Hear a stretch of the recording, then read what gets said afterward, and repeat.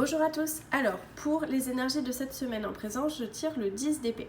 Alors, le 10 d'épée, c'est cette carte qui nous parle un petit peu de celui qui a étudié une vérité, qui a ressenti des choses, etc. Et cette vérité peut se retourner contre lui. C'est-à-dire, vous pouvez ressentir ce côté où il y a quelque chose à lâcher, il y a une page à tourner, il y a quelque chose qui vous a fait peut-être trop de mal ces derniers temps. Et on vous demande de repartir sur un renouveau. On est vraiment sur des fins, des changements. On est sur la prise de conscience quelque part que quelque chose qui nous est néfaste ou qui nous est toxique ou qui nous est difficile tout simplement doit s'arrêter pour laisser place à la nouveauté. Donc en ce moment on est dans ce ressenti-là. Ce qu'on veut le plus, c'est la carte du soleil. Bon bah voilà, cette carte magnifique qui nous parle en fin de compte de toutes les intentions pures que vous avez, symbolisées ici par le cheval blanc. C'est-à-dire vous êtes porté par quelque chose qui vous amène de la pureté, qui vous amène de l'authenticité, ce que vous cherchez, c'est à vous sentir bien, à être baigné de soleil, à être baigné de gratitude, de choses positives qui vous permettent d'être bien et d'avoir ce sentiment de force et de sécurité. Donc ça, c'est vraiment ce qu'on va chercher. Ce qui va nous aider, la carte qui est en présence là, qui va être votre point d'appui, c'est la justice. Alors, cette carte, elle a double tranchant. Elle peut être négative si effectivement vous n'êtes pas dans vos valeurs et effectivement il va falloir rééquilibrer les plateaux.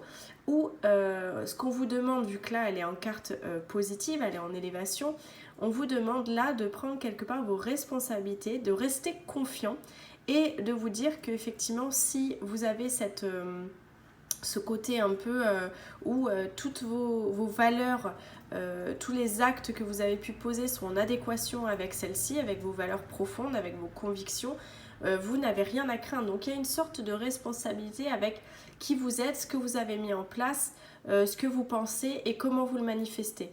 L'idée c'est ça, c'est de bien rester dans votre ligne directrice de qui vous êtes avec authenticité, avec conviction quoi. Vraiment c'est ça qui ressort et cette carte elle est vraiment en élévation donc c'est ce qui va vous aider, c'est rester vous-même ferme sur vos positions mais comme je dis en adéquation avec des valeurs positives. Elle est à craindre, attention, si justement vous n'êtes pas dans ce côté équilibre, il va falloir rééquilibrer justement vos responsabilités qui vous êtes.